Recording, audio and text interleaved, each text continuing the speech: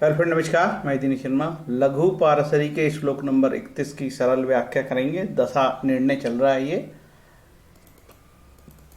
और ये मेरा मोबाइल नंबर है। ज़रूरत पड़ने पर आप संपर्क कर सकते हो। कुंडली विश्लेषण या और कोई काम हो।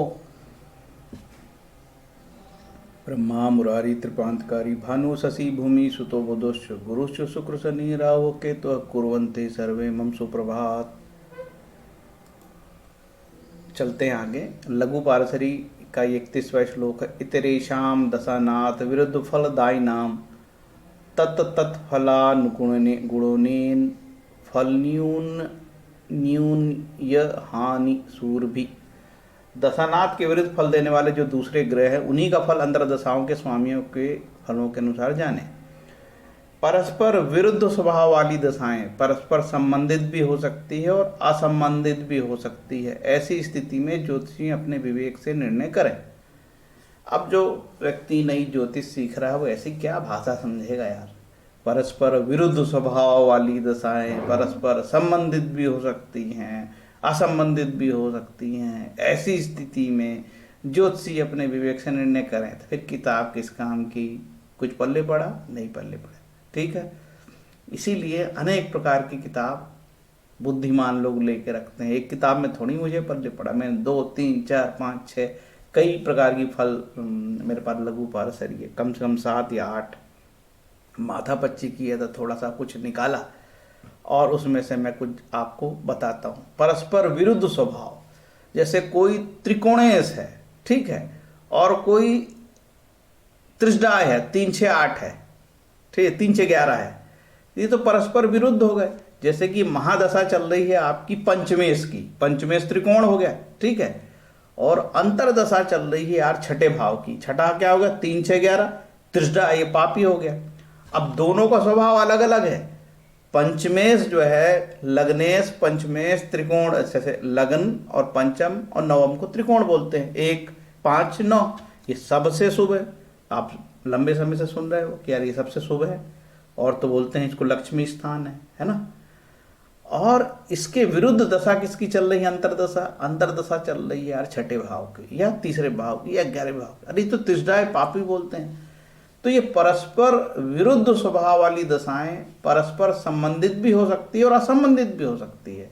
संबंधित असंबंधित क्या मतलब, जैसे कि हम देख रहे हैं कि यार पंचमेश बुध की दशा चल रही है और जो है 11वें का मालिक कोई और है, ठीक है, तो दोनों की रिलेशन है क्या, तो उसको बोलते हैं संबंधित असंबंधित।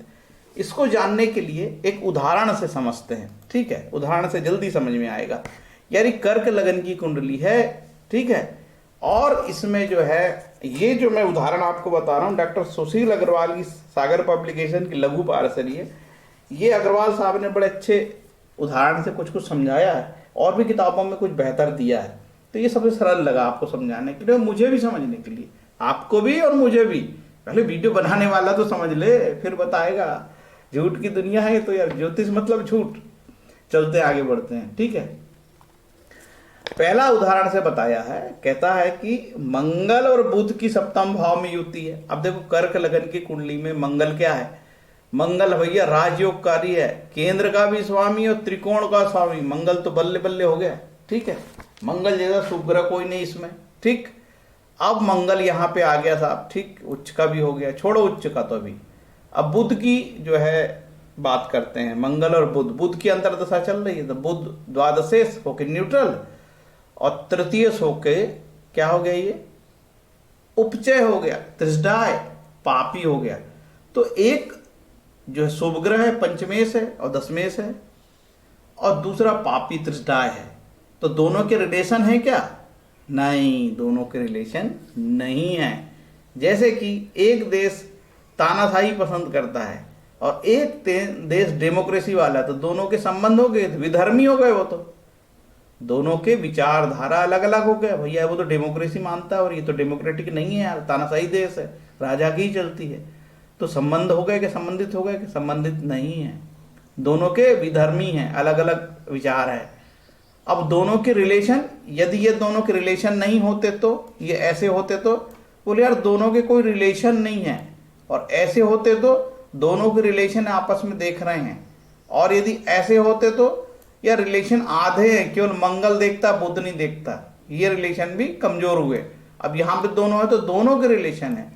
महादशानाथ अंतरदशानाथ दोनों रिलेटिव हो गए, आपस में संबंध है। ऐसे भी हो तो संबंधी हैं और ऐसे हो तो कमजोर संबंधी हैं। तो ये यहाँ पे साथ में बैठे हैं साहब। तो बोलता है मंगल और बुध की सप्तम भाव में युति है जिससे वो परस्पर संबंधित हो गए हैं। ठीक साहब, मंगल बुध में शुभ फल मिलेंगे, मंगल की महादशा में और बुध की अंतरदशा में शुभ फल मिलेंगे, और बुध मंगल में मिश्रित फल मिलेंगे।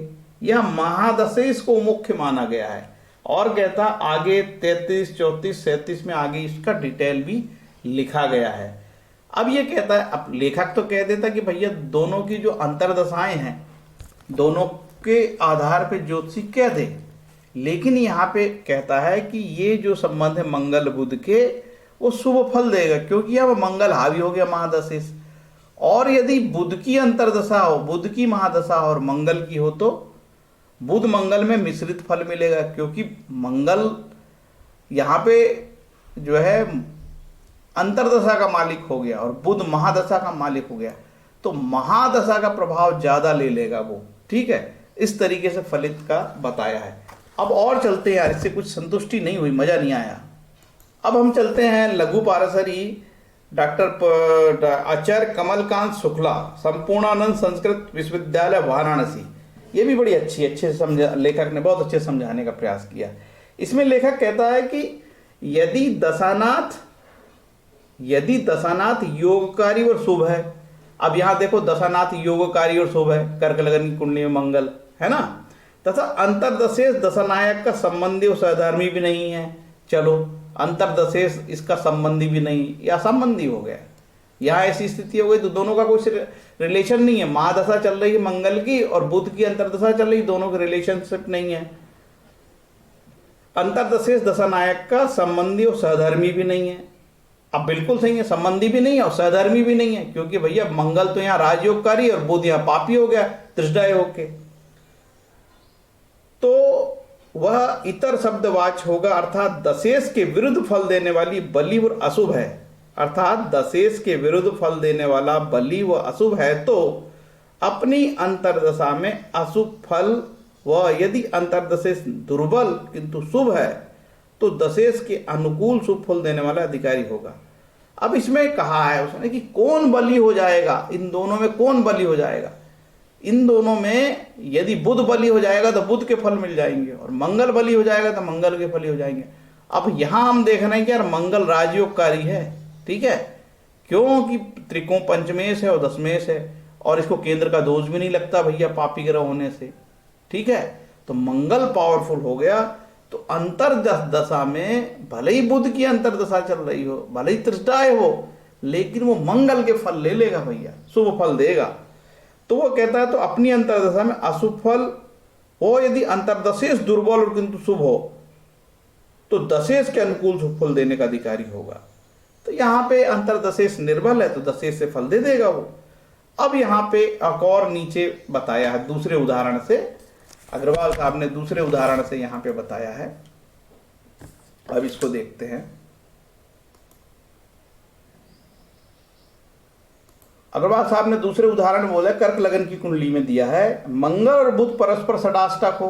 अब देखो मंगल और बुध परस्पर षडाष्टक है, यहाँ पे षडाष्टक स्थिति बन गई। हमने बुध से मंगल गिनेंगे तो 8 और यहाँ से गिनेंगे 6, षडाष्टक है। मंगल और बुध परस्पर षडाष्टक है जिसमें वो परस्पर असंबंधित हो गया, दोनों की कोई रिलेशनशिप नहीं है। मंगल की चौथी दृष्टि यहाँ पड़ेगी और 7वीं यहाँ पड़ेगी और 8वीं यहाँ पड़ेगी और बुध की दृष्टि यहाँ पड़ेगी, तो दृष्टि संबंध भी नहीं है। मंगल बुध परस्पर षडाष्टक हो जिसमें परस्पर असंबंधित हो गए, मंगल बुध में मिश्रित फल मिलेंगे। मंगल की महादशा में बुध की अंतरदशा हो तो मिश्रित फल मिलेंगे, जबकि बुध मंगल में अत्यंत अशुभ फल मिलेंगे। बुध की महादशा में बुध और मंगल में अत्यंत अशुभ फल मिलेंगे। तो इन्होंने बोला कि यदि बुध की महादशा है और मंगल की अंतरदशा है तो षडाष्टक होने पर भी मिश्रित फल की बात कह दी इन्होंने। मंगल बुध में मिश्रित फल मिलेंगे, क्यों? क्योंकि मंगल महादशेश होकर शुभ हो गया। जबकि बुध मंगल में अत्यंत अशुभ फल मिलेंगे, क्योंकि बुध त्रिष्ठाय और उपचय 12वें का होके अशुभ हो गया, अत्यंत अशुभ फल मिलेंगे।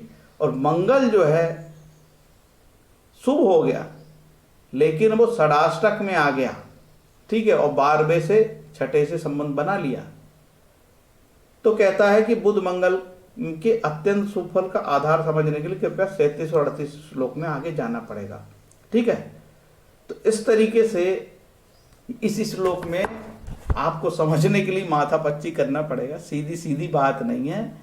कुल मिला के ये मान लो, आप यदि भयंकर रूप से खराब है आपका अंतर्दशानाथ, तब ज़्यादा फल खराब आएंगे। यदि अंतर्दशानाथ भयंकर रूप से खराब पीड़ित नहीं है, महापापी नहीं है, तो उतने खराब फल नहीं आएंगे। और ये भी कह दिया है कि महादशानाथ का जो मालिक है उसका प्रभाव ज़्यादा रहता है। यदि वो शुभ है, महादशानाथ का मालिक शुभ है, तो अंतर्दशानाथ चाहे बहुत भी खराब हो तो उतने खराब फल नहीं मिलेंगे, ठीक है।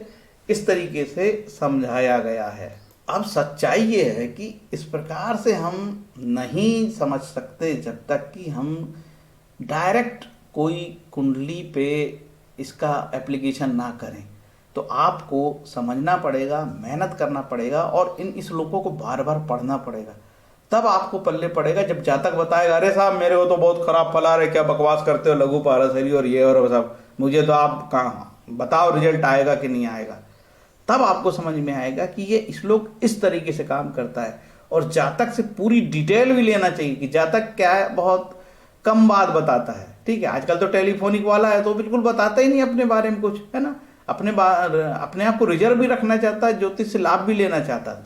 उससे डिटेल पूछो कि भैया तुम्हारी ये मंगल, बुध मंगल में मंगल की जब से अंतर्दशा चली तो क्या क्या फल आ रहे हैं, तभी तो आप सीखोगे। उससे विवरण लेना बहुत जरूरी है। बोलना भैया हम तुम्हारी कोई गोपनीय बात नहीं पूछ रहे, क्या क्या हो रहा है तुम्हारे जीवन में, और थोड़ा डिटेल बता दो जिससे कि हम कारकत्व भी जाने कि लड़ाई झड़ाई हो गई मंगल में, कि एक्सीडेंट हो गया, कि मारकुटाई हो गई है, क्या हो गया है, ये सब जानना पड़ेगा। क्या मंगल पंचमें से तो प्रेम प्रसंग में डाल दिया, कि काम धंधे में कोई प्रॉब्लम आ गई, 10वें से तो 6ठे भाव से वास्ता है तो कोर्ट कचहरी हो गई, क्या, सब पूछना पड़ेगा, ठीक है। तो भैया ये बहुत मेहनत का श्लोक है, इसमें आपको मेहनत करना पड़ेगा। और उसमें कह दिया है ज्योतिषी अपने विवेक से निर्णय ले, ठीक है। लघु पाराशरी में लिख दिया ज्योतिषी अपने विवेक से निर्णय ले, भैया कि दोनों ऐसी दशाएं चल रही है, एक अष्टमेश की दशा चल रही है, एक पंचमेश की दशा चल रही है, दोनों के असंबंधित है और दो परस्पर विरोधी भी हैं, तब खास निर्णय लेके इन श्लोकों को दोबारा पढ़ना पड़ेगा, मंथन करना पड़ेगा, फिर फलित देना पड़ेगा। अब समझ में आया कि ये राहु कालसर्प योग वाली ज्योतिष विद्या नहीं है और ये केपी नहीं है, ठीक है। जो लाड बताए उधर उधर लप्पा झप्पा बता दी, इतना आसान नहीं है ज्योतिष। लोग कहते हैं ना कि अरे बिल्कुल 6 बार और ऐसा आ रहा वैसा। ज्योतिष है, ऋषि पाराशर की ज्योतिष इतनी आसान नहीं है। और ये अध्यात्म से जुड़ी विद्या है, धन कमाने की विद्या नहीं है, ठीक है। यदि आप ज्योतिषी हो तो पूजा पाठ भी करना पड़ेगा और नेक रास्ते पे भी चलना पड़ेगा। चोरी चमारी भी करना है, ज्योतिष भी करना है, लोगों को लूटना भी है, इंप्रेशन भी बताना है, मैं ज्योतिषी हूँ साहब, कल कर्मकांड भी करा लूँ, ज्योतिष भी बना लूँ, केपी भी कर लूँ, वास्तु भी कर लूँ, और जितना ग्राहक आए सबको बिल्कुल वापस ना जाने दूँ, सिंधी की दुकान, है ना। ऐसे ना करना मेरे भाई, ये धर्म का काम है, दूसरा काम कर लेना, पैसे कमाना, तो इसके चक्कर मत पड़ना, है ना। नहीं तो भगवान कभी माफ नहीं करेंगे। ऋषि पाराशर हरे कृष्णा बोल के आगे 32 और 33 का एक साथ वीडियो बनाएंगे और इसी तरीके से समझने का प्रयास करेंगे। लघु पाराशरी कभी खत्म नहीं होती, आगे और भी हमको उदाहरण मिलेंगे तो इनसे रिलेटेड करके वीडियो बनाएंगे। तो ये लघु पाराशरी चलते रहेगी जब तक अपना जीवन है, ठीक है। हरे कृष्णा, राम राम, जय श्री।